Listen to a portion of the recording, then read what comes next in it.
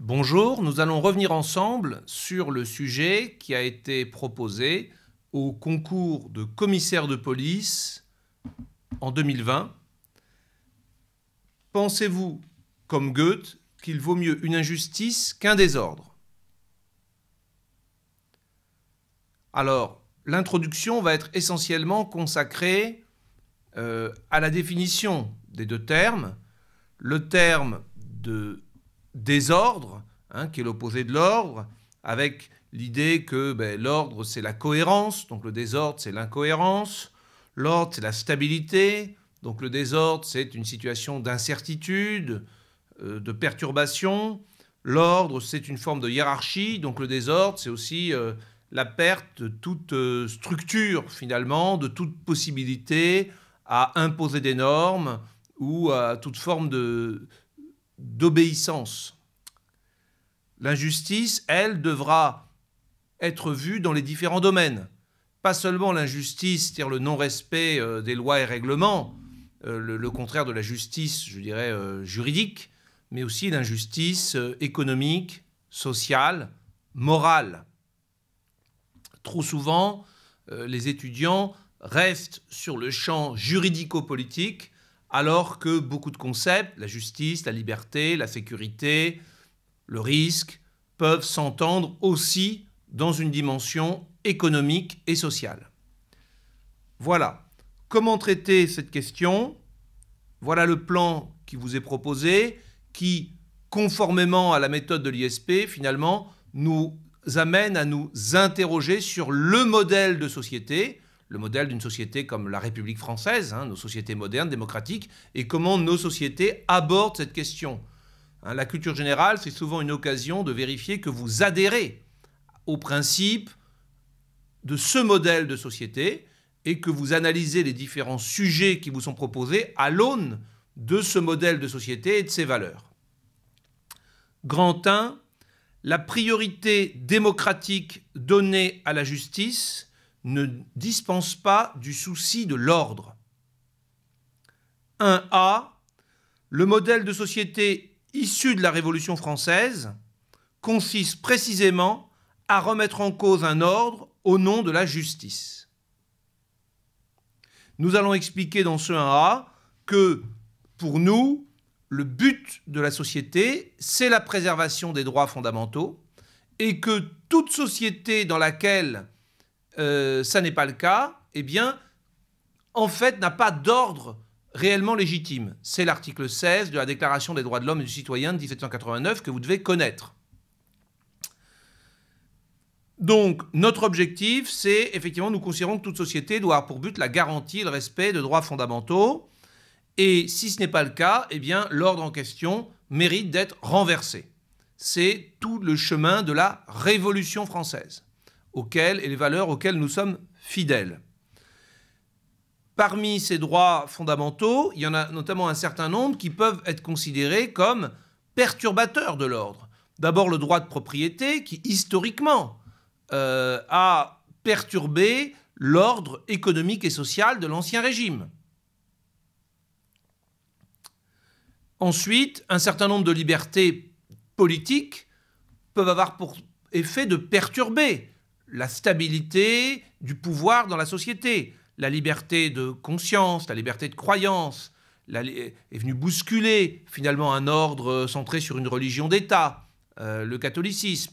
La liberté d'expression, la liberté de manifestation, le pluralisme ont pour but d'entretenir au sein de la société un débat, une délibération contradictoire qui, par rapport à une vision d'une société unanimiste, est un facteur de désordre. Et effectivement, la société démocratique revendique la contradiction, le débat, les changements de législation, l'alternance entre différentes majorités politiques, avec des politiques qui vont changer d'orientation, une forme finalement de contradiction et de désordre d'un certain point de vue.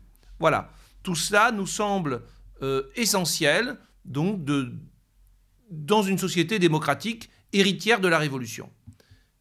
Dans la suite d'un autre paragraphe du 1A, nous rappellerons d'ailleurs que ces valeurs, nous les projetons aussi à l'échelle internationale.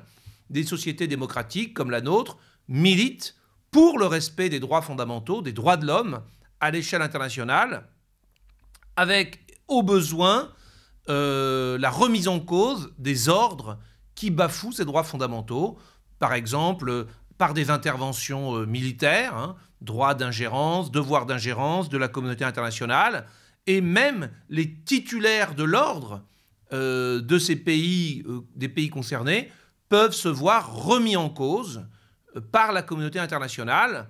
Non seulement on bouleverse l'ordre qui nous semble injuste, en intervenant directement pour le déstabiliser, pour le renverser, pour soutenir les combattants de la liberté, mais aussi on fait comparaître dans les tribunaux pénaux internationaux et aujourd'hui devant la Cour pénale internationale, y compris les chefs d'État responsables de ces violations de ce qui nous semble, nous, être juste. Voilà, donc il y a remise en cause de l'ordre, y compris des titulaires ou des détenteurs du pouvoir. Voilà, ça c'est notre modèle. Donc pour se résumer, nous, enfants de la Révolution française, nous préférons pas une injustice à un désordre. Nous considérons que quand un ordre n'est pas juste, il doit être renversé, donc tant pis pour l'ordre, et oui à la justice. C'est clair.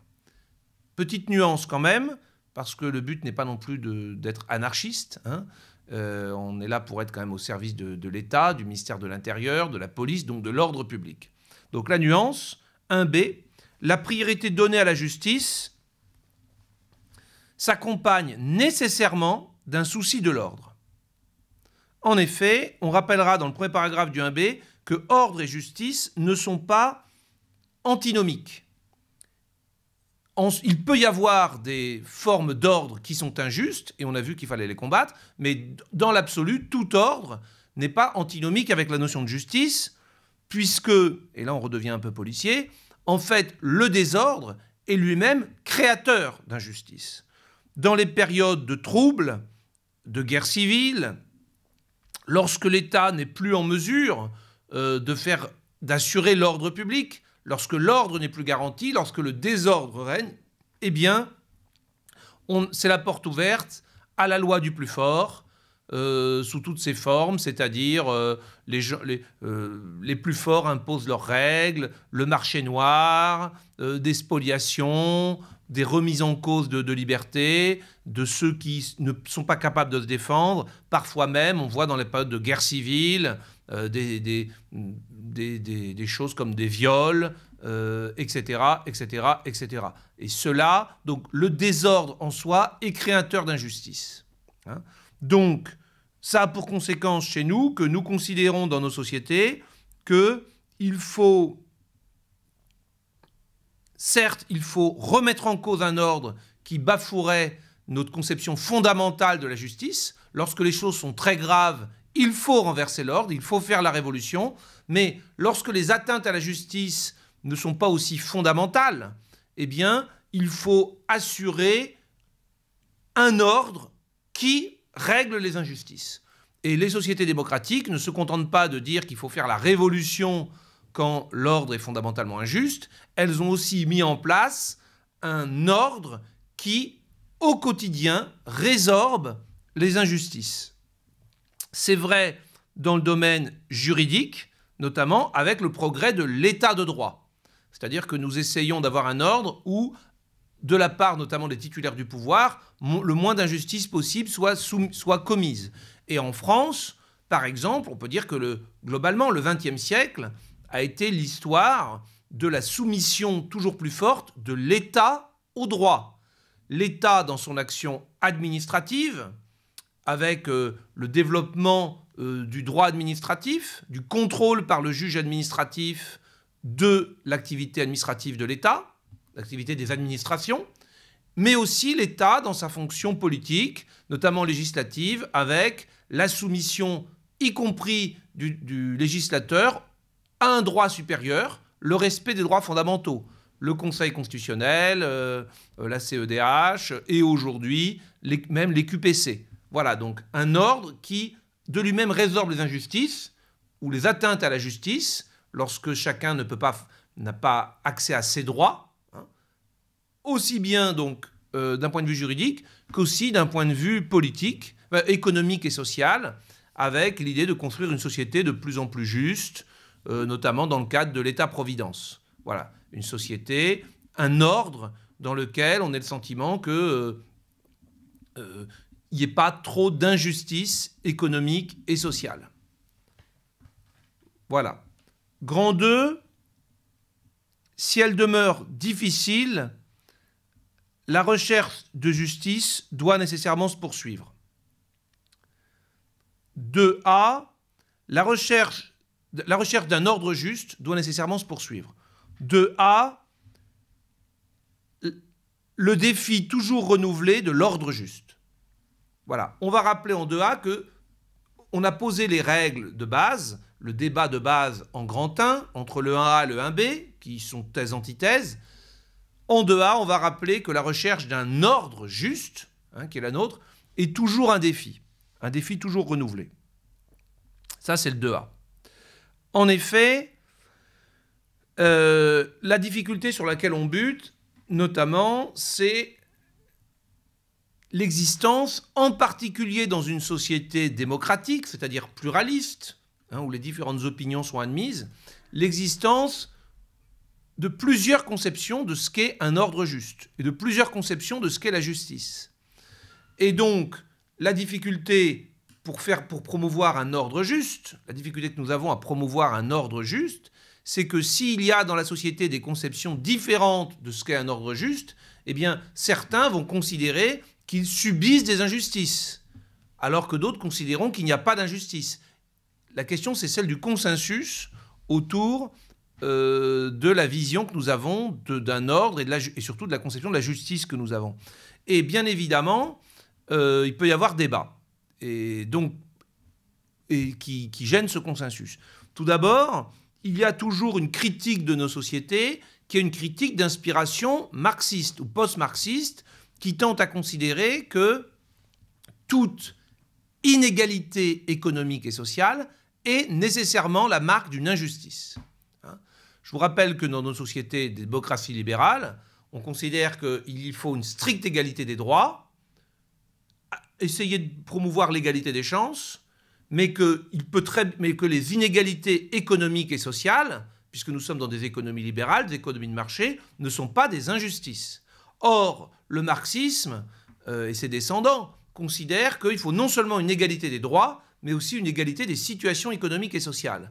Et donc, pour ce type de personnes, notre société est fondamentalement injuste, et ce qui peut justifier donc des actions violentes, une contestation sur le fondement même de notre société.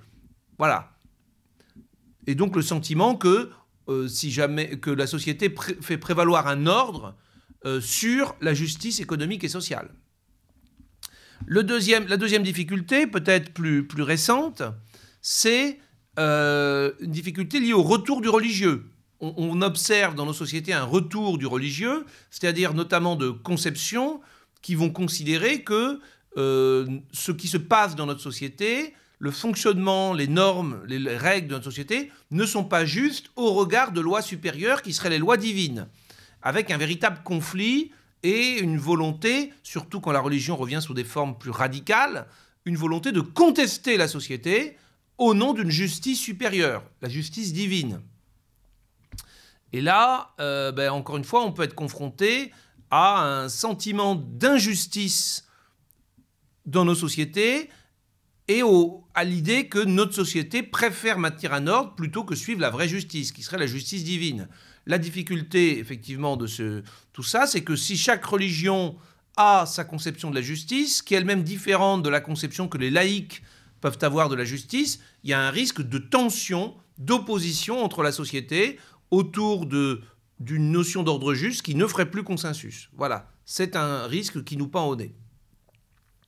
Enfin, on voit aussi, sous l'effet plus général du communautarisme ou de l'individualisme, une tendance de tel ou tel groupe à considérer que notre société, finalement, commet des injustices. À titre, alors, on pêle-mêle, à titre individuel, on peut citer, par exemple, la question du droit à l'enfant ou du droit à la mort. Certaines personnes estiment que légitimement, il serait juste de leur permettre d'avoir un enfant, un couple homosexuel par exemple. Certaines personnes estiment que légitimement, il serait juste de leur permettre de mourir comme elles le souhaitent, et ont le sentiment donc qu'on fait prévaloir un ordre moral sur des aspirations qui leur semblent justes. Voilà. Donc ça, c'est la revendication de l'individu, être de plus en plus autonome, qui fait naître cette difficulté à accepter la société, ses normes, et à la considérer comme injustes. Indépendamment de ça, on peut aussi voir qu'il y a de nouveaux combats qui considèrent que notre société fait régner un ordre injuste sur des questions fondamentales qui méritent donc des actions peut-être de type révolutionnaire ou révolte ou violente.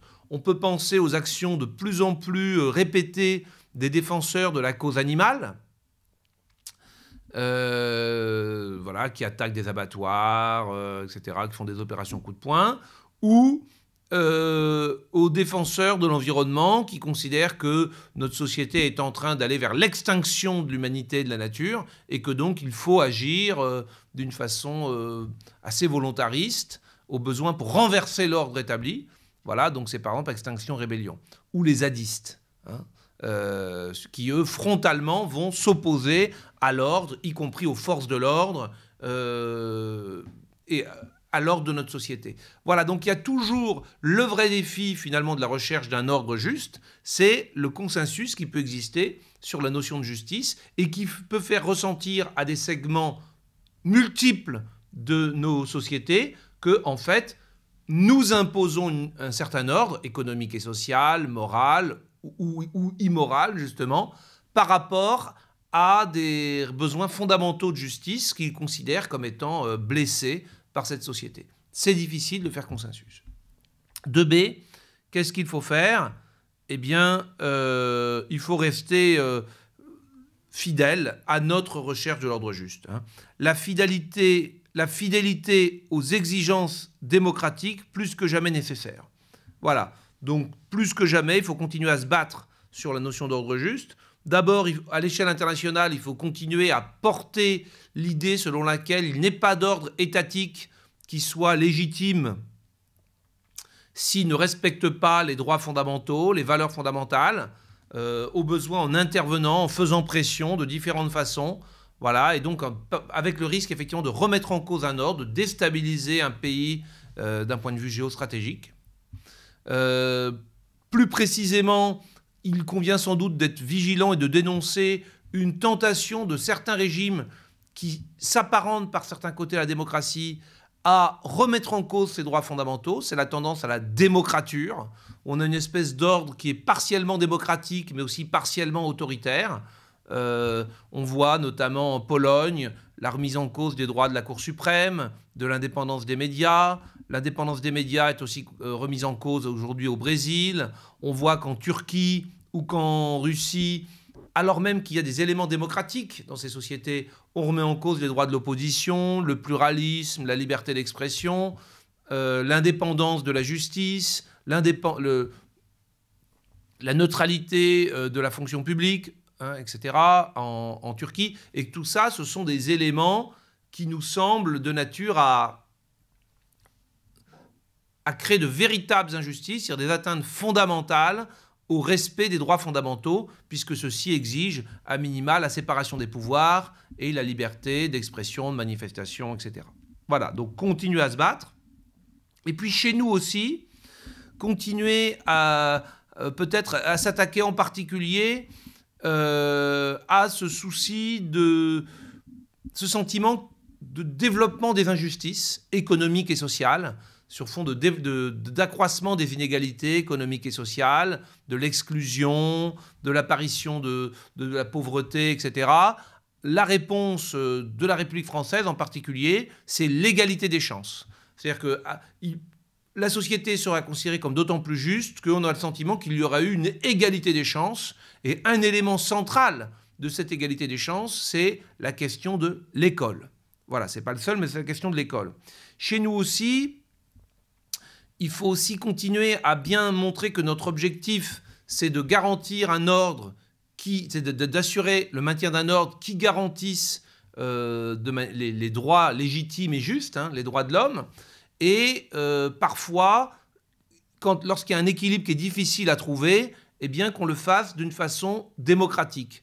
Ça a été tout l'enjeu, par exemple, après les attentats de 2015-2016, des mesures en matière d'état d'urgence, par exemple.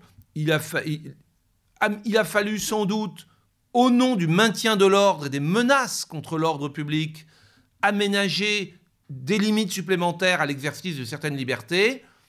L'essentiel, c'est qu'on le fasse avec toujours ce souci de l'équilibre, selon lequel l'ordre n'est qu'un moyen des libertés fondamentales, et non l'inverse.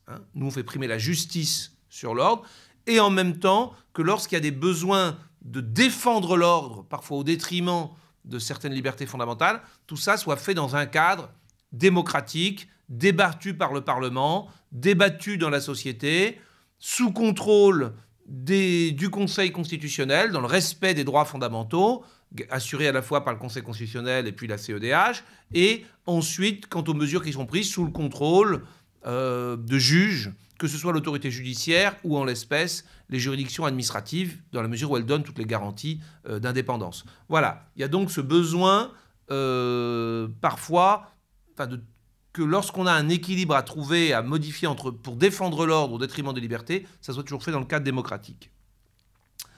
Voilà ce que je souhaitais vous dire. Oui, quand je parle d'égalité des chances, c'est aussi d'une façon plus générale la solidarité, l'accès aux services publics, etc.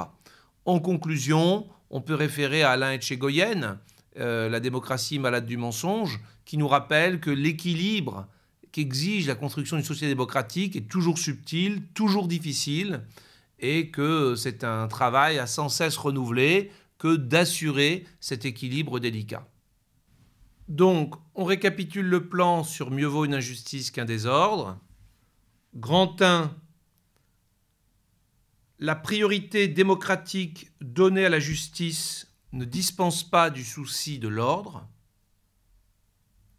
1A, le modèle de société issu de la Révolution française consiste précisément à remettre en cause un ordre au nom de la justice.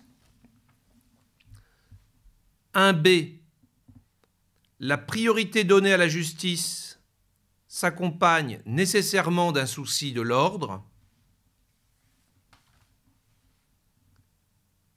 2A, grand 2, si elle demeure difficile, la recherche de l'ordre juste doit être poursuivie. 2A, la recherche de l'ordre juste, un défi sans cesse renouvelé. 2B, la fidélité aux exigences démocratiques plus que jamais nécessaires.